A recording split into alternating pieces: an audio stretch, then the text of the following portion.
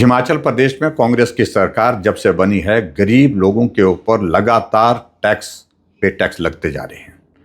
और अगर मैं गलत नहीं हूं तो मैं तो ये कह सकता हूं कि सुख की सरकार नहीं, ये सरकार अब शुल्क की सरकार बन गई। कहां भारतीय जनता पार्टी की सरकार के दौरान हमने हिमकेयर योजना शुरू की, 5 लाख तक गरीब आदमी का इलाज मुफ्त में करने का उसमें प्रावधान किया।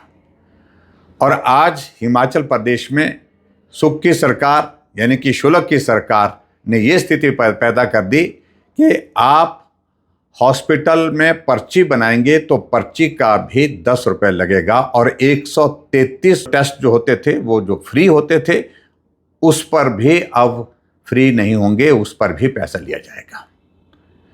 बस में कदम रखेंगे 10 रुपये लगेंगे, चाहे आप 4 कदम की यात्रा करो। और उसके साथ साथ में हॉस्पिटल में पर्ची बनाने के पीछे जो 10 रुपये लेने की बात जो कही गई, इसके पीछे तर्क ये दिया जा रहा है कि पर्ची अगर मुफ्त में बनाई जाती है तो उसको लोग गुम कर देते हैं, उसको संभाल करके नहीं रखते हैं।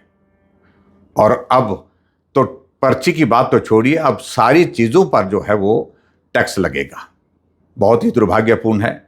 और मैं इस बात को लेकर के मैं ज़रूर कहना चाहूँगा कि मनुष्य हॉस्पिटल में आता है, परेशानी में आता है, तकलीफ में आता है, और वहाँ पर भी जब गरीब आदमी अपने इलाज के लिए पैसा देने की स्थिति में नहीं हो पाता है तो वो परेशानी, वो पीड़ा और ज़्यादा बढ़ जाती है।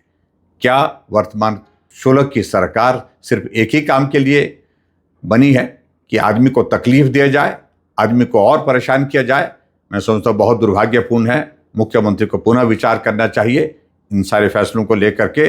जहां भारतीय जनता पार्टी की सरकार के समय में सारे टेस्ट जितने भी थे ये फ्री थे, और उसके साथ हिमकेयर की योजना थी, सहारा योजना ऐसे लोगों के लिए थी जो बिस्तर पर पड़े हैं, जिनको मदद की ज़रूरत थी।